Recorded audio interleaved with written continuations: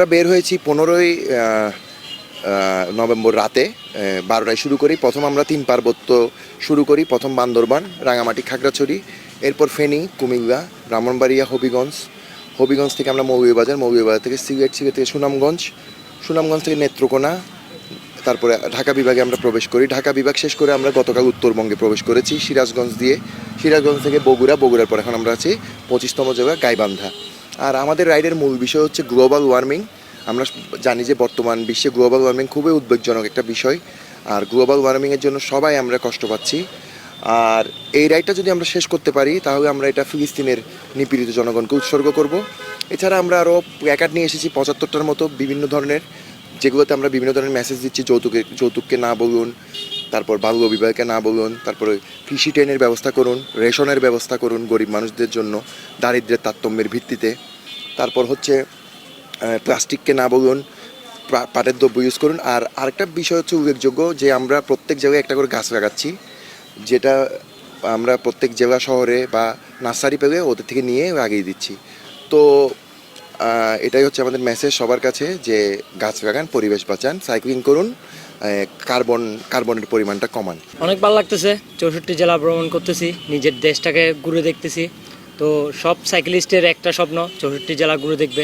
বিভিন্ন জেলায় আমরা নতুন মানুষকে এক্সপ্লোর করতে যাচ্ছি, বিভিন্ন জায়গা এক্সপ্লোর করছি। এগুলো আসলে আমরা শহরে যেহেতু থাকি, এগুলো আমাদের জন্য নিত্য নতুন না, মানে নতুন। তো আমাদের এগুলো অবশ্যই ভালো লাগবে।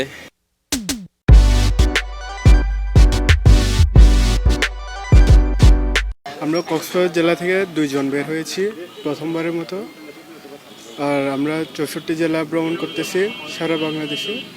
64 জেলা 30 দিনের মধ্যে শেষ করার জন্য করেছি।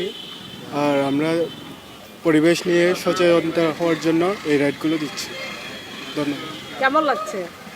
রাইডটা সুন্দর হচ্ছে, সুন্দর করে আমরা একসাথে সবাই গোছালোভাবে রাইড দিচ্ছি, সুন্দর করে লাইন ধরে, যাতে লোকজনের আকর্ষণ বাড়ে আর আমাদের দেখে অন্যরা সাপোর্ট করে। যুব সমাজের একটি অংশ ছিল চট্টগ্রাম থেকে 9 জন, তারা সাইকেল করে 64টা জেলায় একটা বার্তা নিয়ে যাচ্ছে যে এই দেশটা হওয়া উচিত সাম্প্রদায়িক সম্প্রীতির দেশ। এই পৃথিবীটা হওয়া উচিত একটা যুদ্ধমুক্ত পৃথিবী। যার কারণে তারা প্যালেস্টাইনের গাজায় যে হত্যাকাণ্ড, তার সাথে সংহতি প্রকাশ করেছে।